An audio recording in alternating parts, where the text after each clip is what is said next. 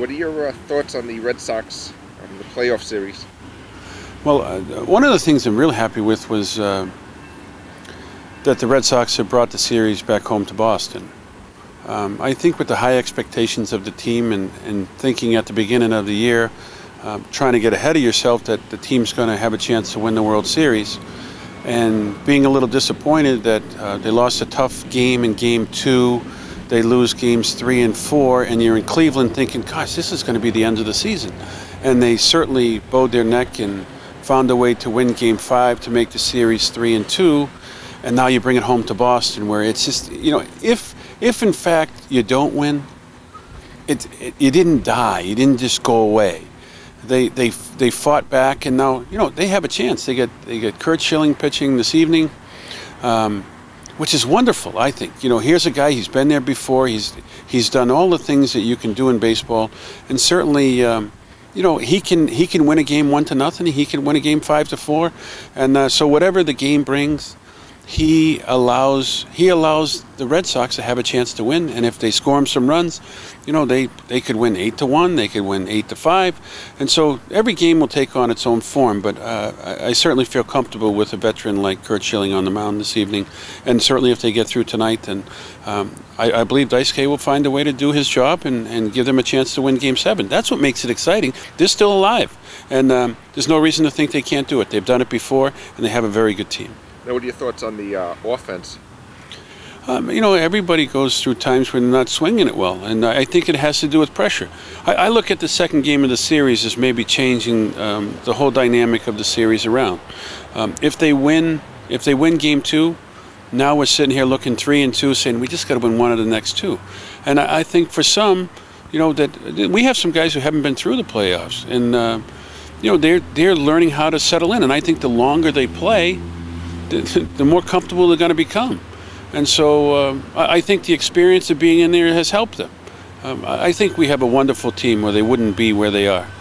And I'm not trying to get ahead of myself, but you have to believe in your guys. And I give Terry Francona a lot of credit for what he's doing. He believes in his people, and he puts them out there. And I'm sure the people believe in him, or his team believes in him, and they'll find a way to win. They'll find a way to win. And if they don't, they'll certainly be able to live with each other, because he's been very good to his team.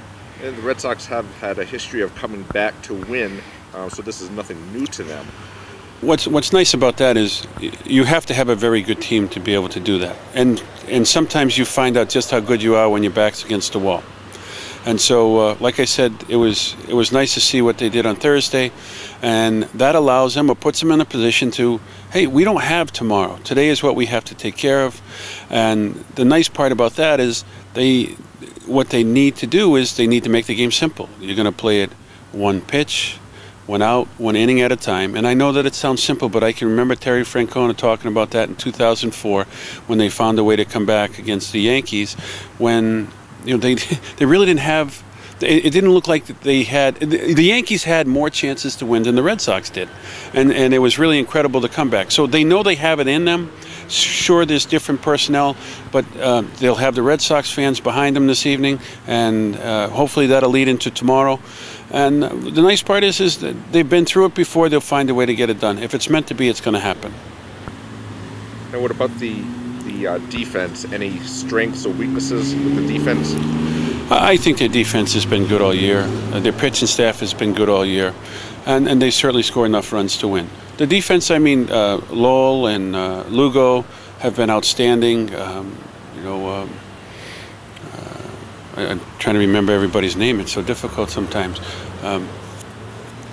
And Euclid over at first has had that series of error, the errorless streak, if you will.